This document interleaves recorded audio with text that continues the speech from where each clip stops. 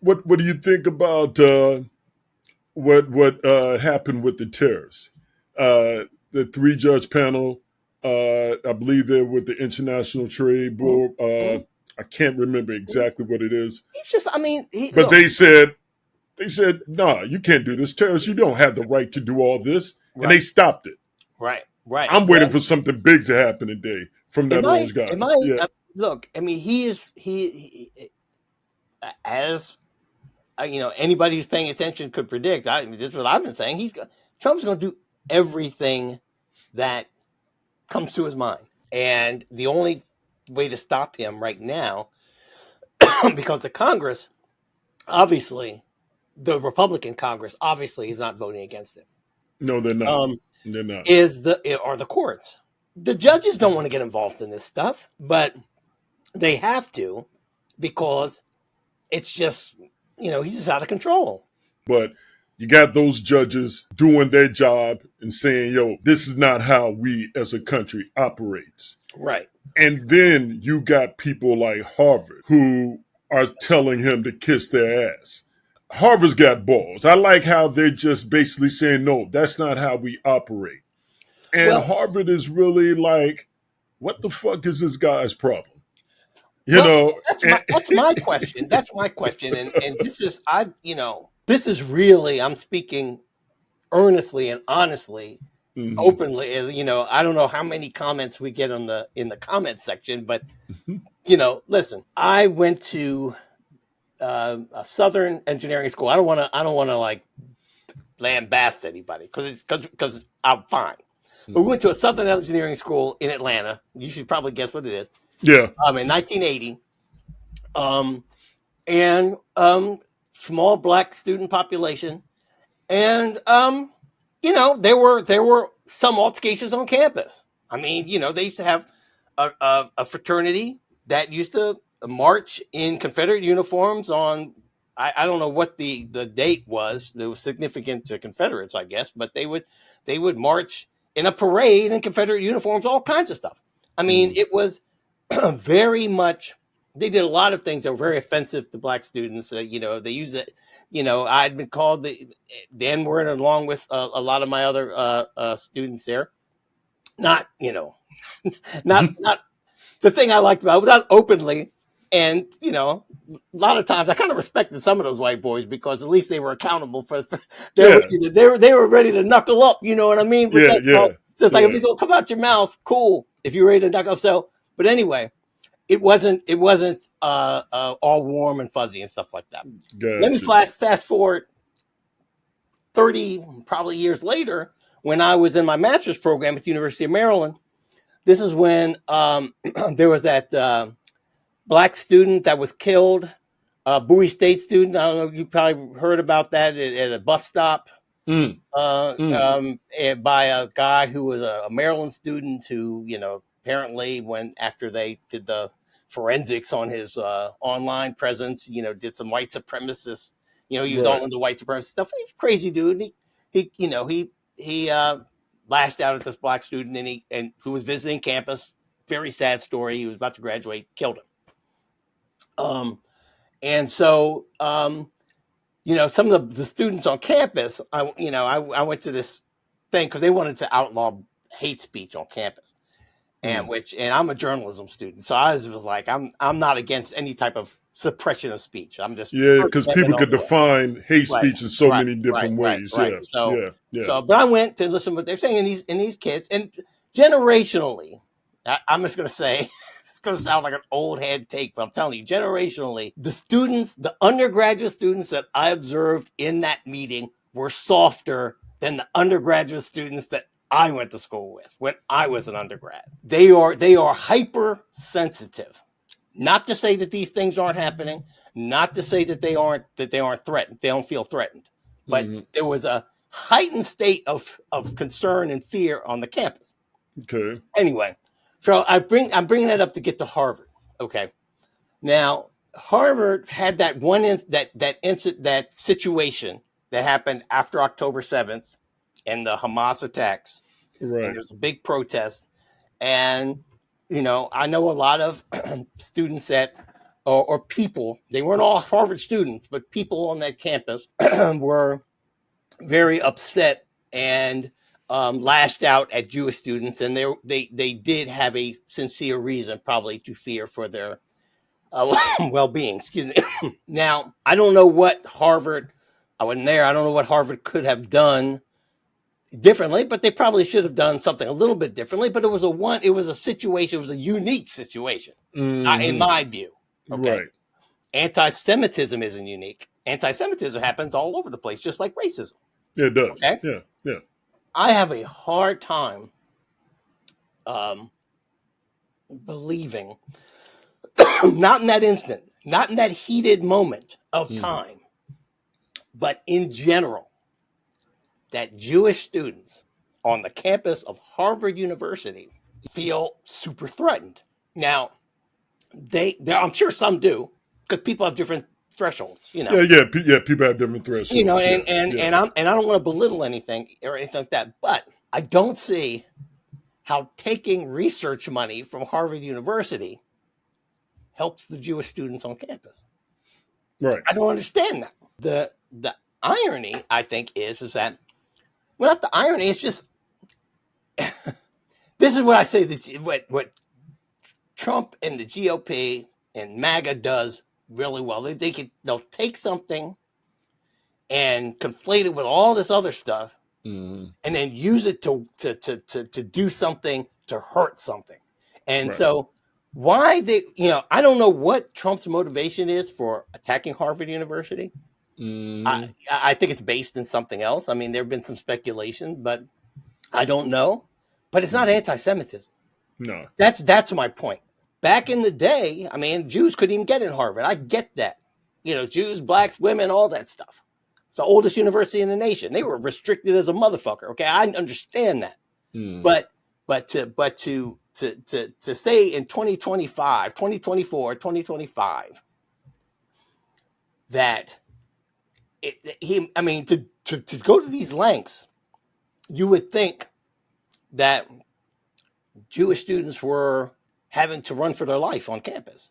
But one thing I thought, though, with Harvard, I always thought that they were pretty open to just students of the mind. I thought that they probably accepted more Jewish students than other Ivy League schools. I was always under that impression that they were more open to the intellect rather than. Here's the thing. I mean, this is just the cold, harsh demographics of the situation, and you can go into the sociological reasons why it's the case. But Harvard is a research institution that caters to intellectuals, and the demographic breakdown of most of those people in the master's and PhD upper research programs are mostly Jews and international students.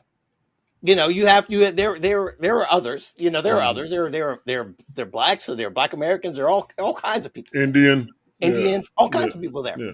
But to say that we're going to take these steps against Harvard, the steps that they're taking, it seems like a different type of retribution. And to chase international students away from the United States. See, this is the thing. There's a difference. This is just cold from my I'm looking at it, looks like cold, hard, xenophobic racism. Because it's one thing to say, okay, we don't want your illegal manual laborers coming here, even though we need them. Yeah, we do need them. We need all definitely. But that's one thing, because unfortunately, or fortunately, just the way it is, there are more of them. There's a surplus of that. Right. So it's not like that. But there's not a surplus of freaking rocket scientists. There's not a surplus of neurophysicists or any of that stuff. And so to say, oh, okay, you're from China, get out of here. You're from India, leave. One of my greatest frustrations at this time, of the era we're living in, the last 10 years, is that if people just don't seem to take a step back and see if what they're being told reconciles with what they see with their own eyes in their day-to-day life. Right. Right. That's all I'm saying. I mean, look, if you're somebody who never been on a college campus before, and live in some other part of the country, in the middle of the country, and all this kind of, and you work on a farm or whatever, and you have no basis to base anything on, then okay, you just have to accept. You just say, okay, well, maybe I like Trump, so maybe I'll just take what he's saying as truth. Okay. Mm-hmm. But that's not a lot. That's not a big number of people. Most people have been on college campuses. Most people are familiar with Harvard University. There are enough Jewish people that you see who are graduates of Harvard University who seem to be doing pretty well and seem to have had a good time and are very loyal to Harvard and give a lot of money to Harvard. So I bring that up, and I brought my situation up before, even though I didn't graduate from that engineering school for my own reasons, not because they kicked me out of the engineering school, but I went to Maryland instead because I wanted to study something at Maryland. Mm-hmm. My time, even though I can tell you, little stories here and there about what happened that I experienced down there, my total experience in that college was good. Yeah, I hear you. Yeah, I mean, it's just life. You can't run away from people. Mm-hmm. And most of what happened there, while in a heated situation like that protest, after that attack, that Hamas attack, yes, there was a situation where the university and other universities probably should have been a little bit more on point and taken some things. That was a unique situation.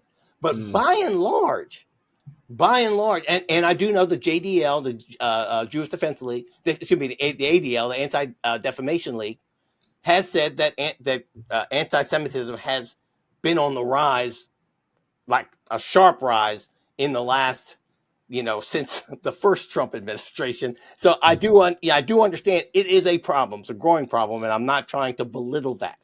Right. But there's a difference between a rise in anti-Semitism and taking that seriously and being terrorized on the campus of Harvard University. And again, if I don't know what I'm talking about, I hope somebody in the comments or responds to us and tells me, no, you're wrong, this happened. But I've been spending time, because I was curious, not to try to knock it down. I have no agenda against anti-Semitism. Trust me. I believe, if you tell me somebody does something bad to a Jewish person in this nation, I believe you. Right. You know what I mean? Yeah. I have no reason to deny that. But I found it hard to believe that it happened there. If you told me that it happened, that there was an anti-Semitic problem at Liberty University. If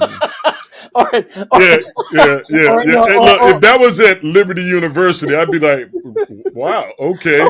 In another place, at a public university in like a part of the country, I'm not even going to name any, a part of the country that hasn't historically been friendly to our Jewish brothers and sisters, I would agree with that. But in the middle of New England, where these folks are in 2025 now. Trust me, in New England, they were probably burning Jews back in the day. But right now, this is not. I didn't expect to hear that. And for him to take these, there's something else going on here, and it bothers me. What bothers me is that if we, as a country, stand by and watch the president dismantle one of our finest universities for personal reasons, then we're lost. What happened at Harvard goes to a conversation that a lot of us don't want to have. I see a lot of people, when you're talking about the atrocities in Gaza, I'm like, the peaceful people of Palestine aren't Hamas, okay? But you can't get people to see that. And then when you talk to somebody about it, you have people who are Jewish who understand that that is the case. But then you got people like Bibi, Netanyahu, who just pushes that narrative that they all have to go. And you can't get people to really talk about this without having a chip on their shoulder or having one talking point. And what that orange guy is doing, he's using that because he knows Yeah. it works. I guess what it is, I mean, if you're truly about life, you should see what the bad people on each side is doing, and let's focus on them. Let's not generalize everybody and put them Yeah. in the same pot with the assholes. You know, that's what I'm about. Yeah, and I agree. Yeah. I agree with that principle. I'm just saying it's easier said than done. No, I'm not saying that. I just want to put that out there It's easier too. said than done. I want to keep that going and going because I just want people to realize that that is what has to be done. His hypocrisy and lies and just willingness and his determination to blame everything on Biden is so funny, and it happened. The funny part about it is that it was really exposed when he did this pardon for that sheriff in Virginia. I'm glad you're bringing that up because I was Look, the dude was found guilty by this orange guy's DOJ. Yeah. This orange guy's DOJ. Dude took $75,000. All right. Not only that, Yeah. he get $75,000 for badges. That's it. Yeah. So he was giving people badges, dude. Yeah. That was what was killing me. I mean, hey, look, there's graft. There's always going to be graft in government. And if this guy was like taking, like, $75,000, I mean, I could use it right now, trust me. But $75,000 isn't like a ton of money. No. And so if he was getting $75,000 and he was allowing people to run like some bootleg liquor through his county or something like that, all right, cool. Then whatever, he's still guilty as sin. But if you need to pardon him, then whatever, you pardon him for that. But to be giving people deputy badges, are you kidding me?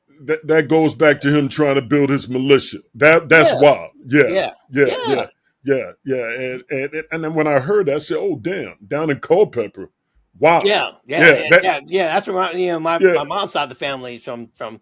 So you don't want just these crazy asses having a badge to be able to use it in the moment to do whatever they want to do. That is like I said, my mother's side of the family, they're from Lynchburg area, Lynchburg, Bedford. We go straight through Culpeper, right? Go down through there. That is like Trump country. You see Trump signs all the way down.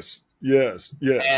And so it's it was just a bad situation. It was a bad thing. And since you mentioned the pardons, first I want to say, just for the record, I've always said that people do not understand what incarceration is. And so we give out way too many years in this country. Incarceration is a serious penalty. So, when you give somebody like a whole lot of time, I don't think they realize what that does to a person. So that is that. So sometimes things may need to be adjusted regardless of what. That's a conversation we need to bring somebody in and talk about, because I really do agree with you on that. Right. Rehabilitation in this country isn't the same as it is in Sweden, Norway. You look at their prisons; they actually work to help people to get better, to get rid of those bad tendencies, to understand, hey, get a total different frame of thought. Yeah, I'm with you on that. Yeah, and so far be it from me to say this person shouldn't have gotten something adjusted. I don't want to be that guy. Okay. Mm-hmm. Yeah. Especially if you spend a lot of time. But this dude commuted Larry Hoover, dude, who was the founder of the Gangster Disciples, man. Yeah. Now what gets me is all the brothers that are like locked up for just BS or for even worse, for political reasons in this country. Mm-hmm. He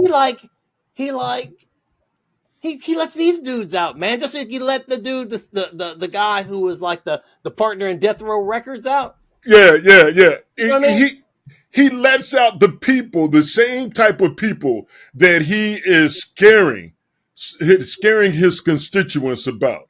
He Right. talks about he's letting out rapists. Who are the two brothers that he let flying to the city, flying to the country in Miami? Yeah, yeah. I know. Yeah, Yeah, yeah. You yeah. look at that, and then Yeah. not only is he pardoning people like that, but he's also taking money and bribes Right. Right. from Well, people to pardon something. He had that dinner, yeah. $1 million a plate, and all that. Yeah. This guy, Paul, I think he's a finance thief, something like Paul, something I can't remember. But his mother was actually one of the people at that dinner.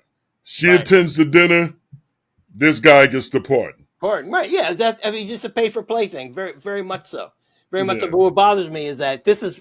I know. I just hope, and I'll put it out here right now. I just hope that black folks really perceive what this guy is with these actions is doing.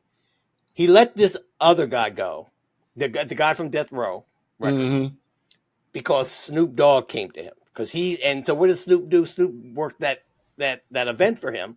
Right. He feels like if I get let go of some of these people that these black celebrities want me to let go, I'll be able to, and it looks like it's working for him. It's working. Yeah, it's I'll be able to working. Yeah. persuade enough black men to vote for me, so or for the way I want them to vote, so that we can stay in power. Now Kanye and Drake, but Kanye and Drake both advocated for Larry Hoover, supposedly. Well, I know Kanye did because he did publicly, and they also, what I looked up said Drake did. I don't really care too much about Drake, but that in Trump's mind, he don't give a damn about Larry Hoover. Probably didn't even know who he was until Kanye talked to him about it. Right. But You're right. and now he didn't let me take. He's not free yet necessarily, because what he did is he had a federal case and he had a state case.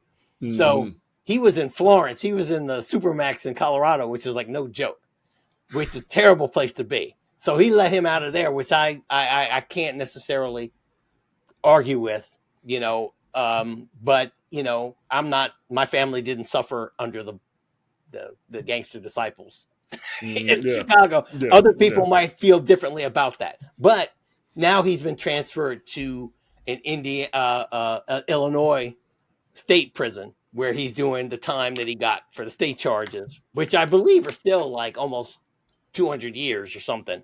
Yeah. And so I don't know if he's gonna, he may, which trust me, that state prison, anything is better than Florence. Florence is the raft for us. I mean, it's it's 23-hour lockup.